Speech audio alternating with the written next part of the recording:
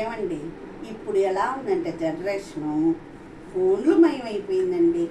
చిన్న పిల్లల కాడి నుంచి, పుట్టిన పిల్లల కాడి నుంచి పెద్దవాళ్ళ దాకా అదే పిచ్చి, ఫోన్లు పిచ్చి. ఫోన్లు ఫోన్లు ఫోన్లు. మా ఇంటి పక్కన ఒక అబ్బాయి ఉన్నాడండి. వాడికి ఎంత ఓరమంటే 5వ నెల. 5వ నెలే కదా. వాడు ఏడ్చాడు అనుకోండి, ఎంత ఓదార్చినా గమ్ముగా ఉండడు.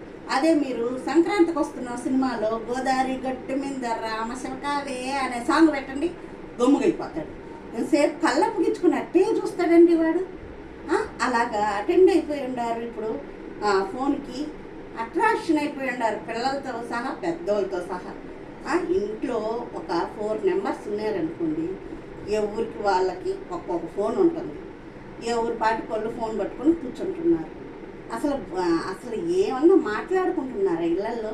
ఫోన్లు పక్కన పడేసి కాసేపన్నా మంచి చెడ్డ మాట్లాడుకుంటున్నారా ఫ్యామిలీ మెంబర్స్?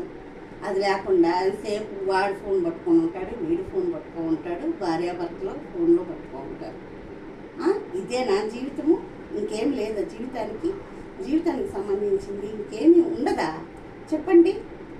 మీకోసం మీరు ఒక గంట సేపు కేటాయించుకొని అందరు కలిసి మాట్లాడుకోండి. ఎంత బాగుంటుందో, ఎంత ఇదిగా ఉంటుంది చూడటానికి కూడా. కన్నుల పండగగా ఉంటుంది కదండి. చెప్పండి, ఏమంటారు?